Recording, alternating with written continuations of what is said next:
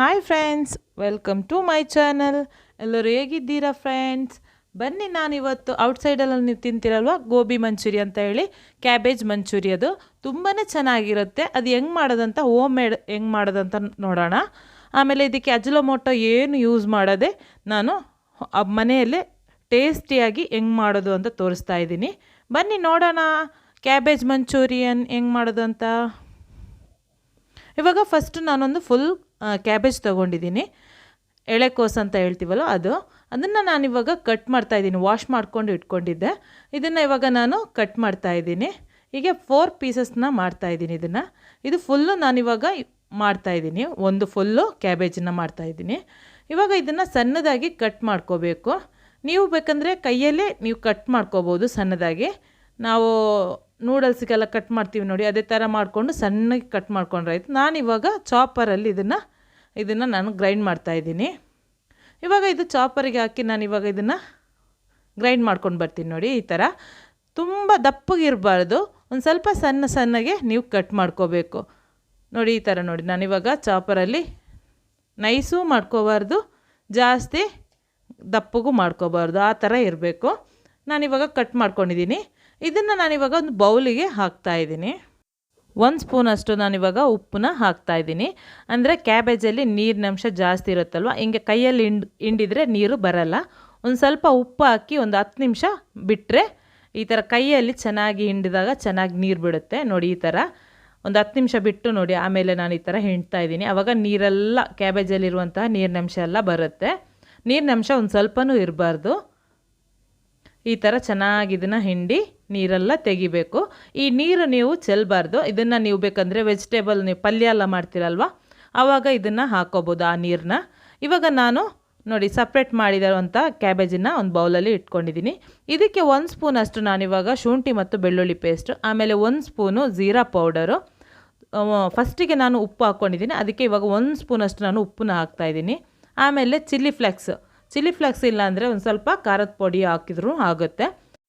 1 ಸ್ಪೂನಷ್ಟು ನಾನು ಗರಂ ಮಸಾಲ ಹಾಕ್ಕೋಬೇಕು. ಆಮೇಲೆ ಇದಕ್ಕೆ ಒಂದು 3ರಿಂದ 4 ಸ್ಪೂನು ಕಾರ್ನ್ಫ್ಲವರ್ನ ಹಾಕ್ಕೋಬೇಕು. ಕಾರ್ನ್ಫ್ಲವರ್ ಅಂದರೆ ಇದು ಕ್ರಿಸ್ಪಿಯಾಗಿ ಬರೋಕ್ಕೋಸ್ಕರ. ಆಮೇಲೆ ಒಂದು 4 ಸ್ಪೂನಷ್ಟು ನಾನಿವಾಗ ಮೈದಾನ ಹಾಕ್ತಾಯಿದ್ದೀನಿ. ಮೈದಾ ಹಾಕ್ಕೊಂಡು ಒಂದು ಸ್ವಲ್ಪ ಇದನ್ನು ಚೆನ್ನಾಗಿ ಕಲಿಸ್ಕೋಬೇಕು. ಇದಕ್ಕೆ ನೀರೇನು ಹಾಕ್ಕೋಬಾರ್ದು. ಈ ಥರ ಚೆನ್ನಾಗಿ ಇದನ್ನು ಕಲಿಸ್ಕೊಳ್ಳಿ. ಅಂದರೆ ಕ್ಯಾಬೇಜಲ್ಲಿರುವಂಥ ನೀರೇ ಸಾಕಾಗುತ್ತೆ ಇದಕ್ಕೆ, ನೀವು ಎಕ್ಸ್ಟ್ರಾ ನೀರೇನು ಹಾಕೋಕ್ಕೆ ಹೋಗಬೇಡಿ. ಇವಾಗ ನೋಡಿ ಕರೆಕ್ಟಾಗಿ ನಾನಿವಾಗ ಚೆನ್ನಾಗಿ ಕಲಸಿ ಇಟ್ಟಿದ್ದೀನಿ ನೋಡಿ. ಈ ಥರ ಚೆನ್ನಾಗಿ ಮಿಕ್ಸ್ ಮಾಡ್ಕೊಂಡು ಇಟ್ಕೊಂಡಿದ್ದೀನಿ. ಇವಾಗ ಪಕ್ಕದಲ್ಲಿ ಒಂದು ಬೌಲ್ ಇಟ್ಕೊಂಡು ಇದರಿಂದ ನಾನಿವಾಗ ಸಣ್ಣ ಬಾಲ್ಸ್ ಅಂದರೆ ಸಣ್ಣ ಉಂಡೆಗಳನ್ನ ಮಾಡ್ಕೋಬೇಕು. ಜಾಸ್ತಿ ದೊಡ್ಡ ಉಂಡೆ ಮಾಡ್ಕೋಬೇಡಿ, ಒಂದು ಸಣ್ಣ ಗಾತ್ರದ ಉಂಡೆ ಮಾಡ್ಕೋಬೇಕು. ಇವಾಗ ನಾನೆಲ್ಲನ ಉಂಡೆ ಮಾಡಿಕೊಂಡು ಇಟ್ಕೊಂಡಿದ್ದೀನಿ ನೋಡಿ ಇದೇ ಥರ. ಇದನ್ನು ಇವಾಗ ನಾನೇನು ಮಾಡ್ತಾಯಿದ್ದೀನಿ, ಡೀಪ್ ಫ್ರೈ ಮಾಡ್ಕೋಬೇಕು. ಆಯಿಲ್ ಬಿಸಿಯಾಗಿರಬೇಕು. ಇದನ್ನು ಮೀಡಿಯಮ್ ಹೀಟಲ್ಲಿ ನೀವು ಬೇಯಿಸ್ಕೋಬೇಕು. ಅಂದರೆ ಹೈ ಫ್ಲೇಮಲ್ಲೆಲ್ಲ ನೀವು ಬೇಯಿಸೋಕ್ಕೆ ಹೋಗಬೇಡಿ. ಒಳಗಡೆ ಇರುವಂಥ ಹಿಟ್ಟೆಲ್ಲ ಏನಾಗುತ್ತೆ, ಹಸಿ ಥರ ಇರುತ್ತೆ. ಇದು ಒಳಗಡೆನೂ ಕ್ರಂಚಾಗಿ ಬರಬೇಕು. ಆಮೇಲೆ ಮೇಲ್ಗಡೆ ಜಾಸ್ತಿ ಬ್ಲ್ಯಾಕ್ ಆಗಬಾರ್ದು, ಬ್ರೌನ್ ಕಲರ್ ಬರಬೇಕು. ಅದುವರೆಗೂ ಇದನ್ನು ಚೆನ್ನಾಗಿ ಫ್ರೈ ಮಾಡ್ಕೊಳ್ಳಿ. ಇದೊಂದು 10 ನಿಮಿಷ ಹಿಡಿಯುತ್ತೆ. ಇದನ್ನು ಮೀಡಿಯಮ್ ಟು ಲೋ ಫ್ಲೇಮಲ್ಲಿ ನೀವು ಇದನ್ನು ಫ್ರೈ ಮಾಡ್ಕೋಬೇಕು. ಇದೇ ಥರ ನಾನು ಒಂದು 2 ನಿಮಿಷ ಆದ ನಂತರ ಈ ಥರ ಸ್ಪೂನ್ ಹಾಕಿ ಚೆನ್ನಾಗಿ ಮಗ್ಚಿ ಇದನ್ನು ಚೆನ್ನಾಗಿ ಫ್ರೈ ಮಾಡ್ಕೋತಾ ಇದ್ದೀನಿ. ಒಂದು 10 ನಿಮಿಷ ಆದ ನಂತರ ನೋಡಿ ಚೆನ್ನಾಗಿ ಬ್ರೌನ್ ಕಲರ್ ಬಂತು. ಒಳಗಡೆ ಎಲ್ಲ ಚೆನ್ನಾಗಿ ಕ್ರಿಸ್ಪಿಯಾಗಿ ಬೆಂದಿದೆ. ಆಮೇಲೆ ಇದನ್ನು ನೀವು ಬೇಕಂದರೆ ಒಂದು 10 ದಿವಸ ಎಲ್ಲ ಫ್ರಿಸರ್ವ್ ಮಾಡ್ಕೋಬೋದು. ಲೋ ಫ್ಲೇಮಲ್ಲಿ ನೀವು ಫ್ರೈ ಮಾಡಿಕೊಂಡ್ರೆ ಇದನ್ನು ನೀವು 10 ದಿವಸ ಎಲ್ಲ ಇಟ್ಟರೆ ಇದು ಕೆಡಲ್ಲ. ಅಂದರೆ ಇದು ಒಳಗಡೆ ಎಲ್ಲ ಕ್ರಂಚಿಯಾಗಿರುತ್ತಲ್ವ, ಹಂಗಾಗಿ. ಇವಾಗ ಇದನ್ನು ಫ್ರೈ ಆಯಿತು, ಇದೆಲ್ಲ ತೆಗೆದಿಟ್ಕೊಂಡಿದ್ದೀನಿ. ಇವಾಗ ಮತ್ತೆ ಅದೇ ಬಾಣಲಿಗೆ ನಾನೇನು ಮಾಡ್ತಾಯಿದ್ದೀನಿ, ಎಕ್ಸ್ಟ್ರಾ ಆಯಿಲ್ ಎಲ್ಲ ತೆಗೆದು ಒಂದು 4 ಸ್ಪೂನಷ್ಟು ಆಯಿಲ್ ಹಾಕ್ಕೊಂಡಿದ್ದೀನಿ.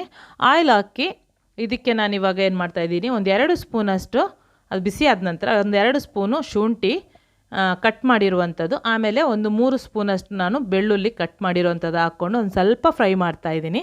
ಇದನ್ನು ಜಾಸ್ತಿ ಕಲರ್ ಬರೋವರೆಗೂ ಫ್ರೈ ಮಾಡೋಕ್ಕೆ ಹೋಗಬೇಡಿ, ಒಂದು ಸ್ವಲ್ಪ ಫ್ರೈ ಆದರೆ ಸಾಕು. ಇದು ಫ್ರೈ ಆದ ನಂತರ ಒಂದು 3 ಆನಿಯನ್, ಒಂದು 2ರಿಂದ 3 ಆನಿಯನ್ನ ಸಣ್ಣದಾಗಿ ಕಟ್ ಮಾಡ್ಕೋಬೇಕು. ಕಟ್ ಮಾಡಿಕೊಂಡು ಇದನ್ನು ಚೆನ್ನಾಗಿ ಕಲರ್ ಚೇಂಜ್ ಆಗುವವರೆಗೂ ಇದನ್ನು ಸ್ವಲ್ಪ ಫ್ರೈ ಮಾಡ್ಕೊಳ್ಳಿ. ಆನಿಯನ್ ಒಂದು ಸ್ವಲ್ಪ ಫ್ರೈ ಆಗಬೇಕು. ಆಮೇಲೆ ಇದಕ್ಕೆ ನಾನೇನು ಮಾಡ್ತಾಯಿದ್ದೀನಿ, ಒಂದು ಫುಲ್ಲು ಕ್ಯಾಪ್ಸಿಕಮ್ನ ಸಣ್ಣದಾಗಿ ಕಟ್ ಮಾಡಿಕೊಂಡು ಇವಾಗ ನಾನು ಅದೇ ಆಯಿಲಿಗೆ ಹಾಕ್ಕೊಂಡು ಆನಿಯನ್ ಜೊತೆ ಇದನ್ನು ಫ್ರೈ ಮಾಡ್ತಾಯಿದ್ದೀನಿ. ಒಂದು ಸ್ವಲ್ಪ ಕ್ಯಾಪ್ಸಿಕಮ್ಮು ಸಾಫ್ಟ್ ಆಗುವವರೆಗೂ ಇದನ್ನು ಚೆನ್ನಾಗಿ ಫ್ರೈ ಮಾಡ್ಕೊಳ್ಳಿ. ಇವಾಗ ಚೆನ್ನಾಗಿ ಫ್ರೈ ಆದ ನಂತರ ಕ್ಯಾಪ್ಸಿಕಮ್ಮು, ಇವಾಗ ನಾನೇನು ಮಾಡ್ತಾಯಿದ್ದೀನಿ ಅಂದರೆ ಇದಕ್ಕೆ 1 ಸ್ಪೂನಷ್ಟು ನಾನು ಚಿಲ್ಲಿ ಪೇಸ್ಟನ್ನು ನಾನು ಹಾಕ್ತಾಯಿದ್ದೀನಿ. ನೀವು ಮನೆಯಲ್ಲಿ ಎಲ್ಲ ಯೂಸ್ ಮಾಡ್ತೀರಲ್ವ ಚಿಲ್ಲಿ ಪೇಸ್ಟ್, ಅದನ್ನೇ ಹಾಕ್ಕೊಳ್ಳಿ 1 ಸ್ಪೂನು. ಹಾಕ್ಕೊಂಡು ಚೆನ್ನಾಗಿ ಅಂದರೆ ಹಸಿ ಸ್ಮೆಲ್ಲೆಲ್ಲ ಹೋಗುವವರೆಗೂ ಇದನ್ನು ಚೆನ್ನಾಗಿ ಫ್ರೈ ಮಾಡ್ಕೊಳ್ಳಿ. ಅದು ಫ್ರೈ ಆದ ನಂತರ ಇದಕ್ಕೆ 2 ಸ್ಪೂನಷ್ಟು ಸೋಯಾ ಸಾಸ್ನ ಹಾಕ್ಕೋಬೇಕು. ಹಾಕ್ಕೊಂಡು ಚೆನ್ನಾಗಿ ಮಿಕ್ಸ್ ಮಾಡ್ಕೊಳ್ಳಿ. ಆಮೇಲೆ ಇದಕ್ಕೆ 2 ಸ್ಪೂನಷ್ಟು ನಾನಿವಾಗ ರೆಡ್ ಚಿಲ್ಲಿ ಸಾಸ್ ಬರುತ್ತಲ್ವ, ಚಿಲ್ಲಿ ಸಾಸು ಅದನ್ನು ಹಾಕ್ಕೋಬೇಕು. ಹಾಕ್ಕೊಂಡು ಚೆನ್ನಾಗಿ ಇದನ್ನು ಖಾರಕ್ಕೋಸ್ಕರ 2 ಸ್ಪೂನಷ್ಟು ಹಾಕ್ಕೊಳ್ಳಿ. ಆಮೇಲೆ 1 ಸ್ಪೂನಷ್ಟು ಟೊಮೆಟೊ ಸಾಸ್, ಇದು ಒಂದೊಳ್ಳೆ ಟೇಸ್ಟ್ ಕೊಡುತ್ತೆ ಟೊಮೆಟೊ ಸಾಸನ್ನ ಹಾಕ್ಕೊಂಡು ಚೆನ್ನಾಗಿ ಗ್ರೇವಿನ ರೆಡಿ ಮಾಡ್ಕೋಬೇಕು.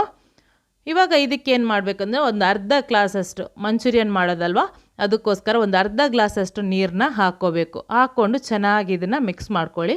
ಆಮೇಲೆ ರುಚಿಗೆ ತಕ್ಕಷ್ಟು ಉಪ್ಪನ್ನ ಹಾಕ್ಕೊಂಡು ಚೆನ್ನಾಗಿ ಬಾಯ್ಲ್ ಆಗೋಕ್ಕೆ ಬಿಡಬೇಕು. ನೋಡಿ ಇವಾಗ ನಾನು ಬಾಯ್ಲ್ ಆಗೋಕ್ಕೆ ಬಿಟ್ಟಿದ್ದೀನಿ. ನೋಡಿ ಬಾಯ್ಲ್ ಬರ್ತಾಯಿದೆ. ಇವಾಗ ನಾನೇನು ಮಾಡ್ತಾಯಿದ್ದೀನಿ ಬಾಯ್ಲ್ ಆಗುವಾಗ ಅಂದರೆ ಇದಕ್ಕೆ 1 ಸ್ಪೂನಷ್ಟು ಒಂದು ಬೌಲ್ ತಗೊಂಡು 1 ಸ್ಪೂನು ಕಾರ್ನ್ಫ್ಲವರ್ನ ಹಾಕ್ಕೊಂಡು ಇದಕ್ಕೆ ನಾನು ಸ್ವಲ್ಪ ನೀರು, ಅಂದರೆ 1 ಸ್ಪೂನು ಕಾರ್ನ್ಫ್ಲವರ್ ಹಾಕ್ಕೊಂಡ್ರೆ 2 ಸ್ಪೂನಷ್ಟು ನೀರು ಹಾಕ್ಕೊಂಡು ಚೆನ್ನಾಗಿ ಕಲಿಸ್ಕೋಬೇಕು. ಕಲಿಸ್ಕೊಂಡು ಇದನ್ನು ನಾವು ಆವಾಗಲೇ ಗ್ರೇವಿ ಮಾಡ್ಕೊಂಡಿದ್ದೀವಲ್ವ, ಅದಕ್ಕೆ ಸ್ಪೂನ್ ಹಾಕಿ ಚೆನ್ನಾಗಿ ಹಾಕ್ತಾ ಇದನ್ನು ಚೆನ್ನಾಗಿ ನೀವು ತಿರುಗಿಸ್ತಾನೆ ಇರಬೇಕು. ಇಲ್ಲಾಂದರೆ ಗಂಟಾಗಿ ಆಗುತ್ತೆ. ಅದಕ್ಕೋಸ್ಕರ ಗಂಟಾಗಬಾರ್ದು, ಇದರಲ್ಲಿ ಗಂಟು ಥರ ಬರಬಾರ್ದು.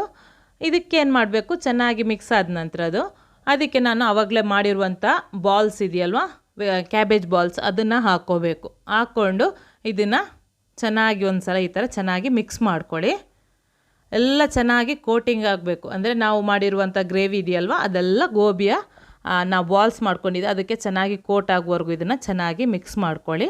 ಆಮೇಲೆ ಇದಕ್ಕೆ 1 ಹಿಡಿಯಷ್ಟು ಕೊತ್ತಂಬರಿ ಸೊಪ್ಪನ್ನ ಹಾಕ್ಕೊಂಡು, ನೀವು ಬೇಕಂದರೆ ಆನಿಯನ್ ಬರುತ್ತಲ್ಲ ಸ್ಪ್ರಿಂಗ್ ಆನಿಯನ್, ಅದನ್ನು ಹಾಕ್ಕೋಬೋದು. ಸ್ಪ್ರಿಂಗ್ ಆನಿಯನ್ ಹಾಕ್ಕೊಂಡ್ರು ಟೇಸ್ಟ್ ಚೆನ್ನಾಗಿ ಕೊಡುತ್ತೆ. ಹಾಕ್ಕೊಂಡು ಚೆನ್ನಾಗಿ ಇದನ್ನು ಮಿಕ್ಸ್ ಮಾಡ್ಕೊಳ್ಳಿ. ಆಮೇಲೆ ನಾನು ಇದಕ್ಕೆ ವೆನಿಗರ್ ಏನು ಯೂಸ್ ಮಾಡ್ಕೊಂಡಿಲ್ಲ, ಹೆಲ್ತಿಗೆ ಒಳ್ಳೆಯದಲ್ಲ ಅಂತೇಳಿ. ಅದಕ್ಕೋಸ್ಕರ ನಾನಿವಾಗ ಲೆಮನ್, ಹಾಫ್ ಲೆಮನ್ನ ಹಾಕ್ತಾಯಿದ್ದೀನಿ. ನೀವು ಬೇಕಂದರೆ ವೆನಿಗರ್ನ ಹಾಕ್ಕೋಬೋದು. ಆವಾಗಲೇ ಸಾಸೆಲ್ಲ ಹಾಕ್ತಾ ಇದ್ವಲ್ವ, ಆವಾಗನೇ ಸ್ವಲ್ಪ ಒಂದು ಸ್ಪೂನಷ್ಟು ನೀವು ವೆನಿಗರ್ನ ಆ್ಯಡ್ ಮಾಡ್ಕೋಬೋದು. ನಾನು ವೆನಿಗರ್ ಯೂಸ್ ಮಾಡಿಲ್ವಲ್ಲ, ಅದಕ್ಕೆ ಲಿಂಬೆಹಣ್ಣು ಅಂದರೆ ಅರ್ಧ ಲೆಮನ್ನ ಹಾಕ್ಕೊಂಡಿದ್ದೀನಿ. ಇದನ್ನು ಚೆನ್ನಾಗಿ ಮಿಕ್ಸ್ ಮಾಡ್ಕೊಳ್ಳಿ. ಇವಾಗ ಸ್ಟ್ರೀಟ್ ಸೈಡಲ್ಲೆಲ್ಲ ಅಂದರೆ ರಸ್ತೆ ಬದಿಗಳಲ್ಲೇ ಸಿಗುವಂತಹ ಕ್ಯಾಬೇಜ್ ಮಂಚೂರಿಯನ್, ಅಂದರೆ ಗೋಬಿ ಅಂತ ನೀವು ತಿಂತಿರಲ್ವ, ಸೇಮ್ ನಾನು ಸ್ಟ್ರೀಟ್ ಸೈಡಲ್ಲಿ ಮಾಡುವಂಥ ಅದೇ ಥರನೇ ಮಾಡ್ಕೊಂಡಿದ್ದೀನಿ. ನೀವು ಮನೇಲಿ ಇದೇ ಥರ ಒಂದು ಸಲ ಟ್ರೈ ಮಾಡಿ ನೋಡಿ. ಆಮೇಲೆ ಇದ್ರ ಮೇಲ್ಗಡೆ ಒಂದು ಸ್ವಲ್ಪ ಕೊತ್ತಂಬರಿ ಸೊಪ್ಪು ಮತ್ತು ಶುಂಠಿನ ಉದ್ದಕ್ಕೆ ಕಟ್ ಮಾಡ್ಕೊಂಡು ಹಾಕ್ಕೊಂಡ್ರೆ ಸೇಮ್ ನೀವು ರಸ್ತೆ ಬದಿಯಲ್ಲೆಲ್ಲ ಸಿಗುತ್ತಲ್ಲ ಅದೇ ಥರನೇ ಟೇಸ್ಟ್ ಕೊಡುತ್ತೆ. ನೀವು ಮನೇಲಿ ಟ್ರೈ ಮಾಡಿ ಹೆಂಗಾಯಿತು ಅಂತ ನನಗೆ ಕಮೆಂಟಲ್ಲಿ ಕಮೆಂಟ್ ಹಾಕಿ. ನೆಕ್ಸ್ಟ್ ಹೊಸ ರೆಸಿಪಿಯೊಂದಿಗೆ ಬರ್ತೀನಿ. ಬಾಯ್.